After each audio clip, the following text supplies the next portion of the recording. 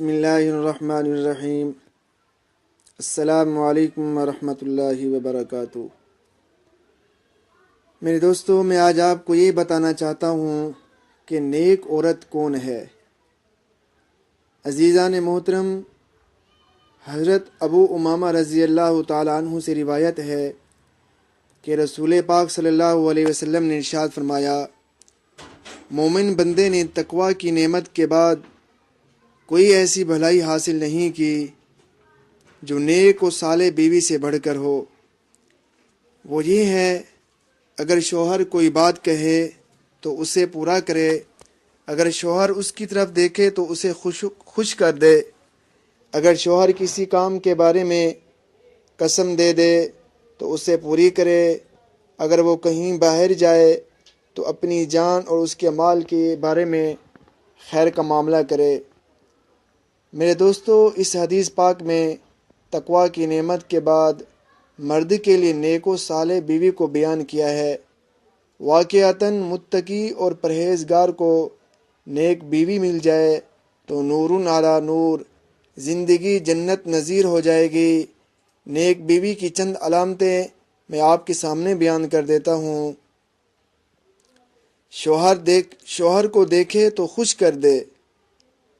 نیک بیوی کی بہت ہی اہم علامت ہے، مطلب اس کا یہ ہے کہ اپنا رنگ ڈھنگ، صفائی ستھرائی شوہر کی مرضی کے مطابق رکھے کہ دیکھے تو اس کا دل خوش ہو جائے۔ خندہ پیشانی، چہرے کی مسکراہٹ سے اس کے ساتھ پیش آئے۔ ایسا نہیں کہ گھر میں مرد آیا کہ بس منہ پھلانا شروع کر دیا یا تکلیف کا اظہار کر کے اس کو پریشان کر دیا، نہ ایسا کہ میلی کچیلی گندی بن کر پھرتی رہے۔ شوہر نے دیکھا تو اس کا دل کڑھ گیا۔ اچھے عمدہ کپڑے، نظافت اور صفائی کے سامان رکھے ہیں، مگر پھر بھی گندی کے شوہر دیکھے تو منہ پھیرے کہ کیسی لگ رہی ہے۔ باہر دوسری عورتوں پر جب اس کی نظر پڑتی ہے تو یہ بھی سوچتا ہے کہ ہمارے گھر میں صفائی اور زینت کا خیال رہے۔ ہاں، جب باہر جائیں گی، شادی بیاہ میں جائیں گی، رشتہ داروں میں جائیں گی تو خوب بن سنور کر، عمدہ سے عمدہ کپڑے پہن کر، کیوں دوسروں کو دکھانے کے لیے۔ سن لیجئے، شادی سے قبل بناؤ سنگھار، زیب و زینت درست نہیں، ہاں شادی کے بعد درست ہے، اور یہ بناؤ سنگھار شوہر کے لیے ہے، نہ کہ اجنبی اور غیر محرموں کے لیے۔ یہ گناہ کا کام ہے۔ ایسی عورتوں کو ایک حدیث میں زانیہ کہا گیا ہے۔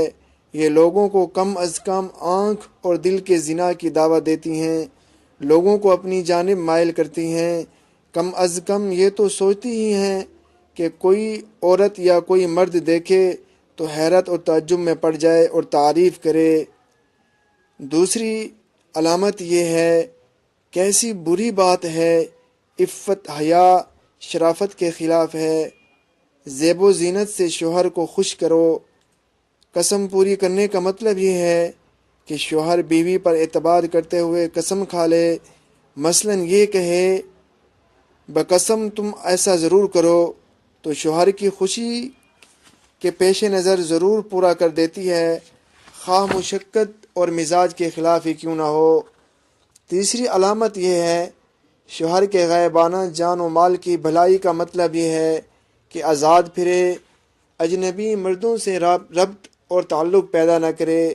بعض عورتوں کو دیکھا گیا ہے کہ شوہر کی عدم موجودگی میں بے پردہ پھرتی رہتی ہیں، اجنبی مردوں سے گفتگو میں جھجک محسوس نہیں کرتی۔ مال کی بھلائی کا مطلب یہ ہے کہ بے جا اسراف سے مال نہ لٹاتی ہو، سامان حفاظت سے استعمال کرتی ہو۔ اس طرح جن لوگوں کو شوہر کی موجودگی میں مال اور کوئی سامان نہیں دیتی تھیں، ان کے غائبانہ میں بھی نہ دیتی ہوں، نہ اپنے رشتہ داروں کو اور نہ دوسروں کو۔ میرے دوستو، دعا ہے کہ اللہ رب العزت ہم سب کو نیک بنا دے، آمین۔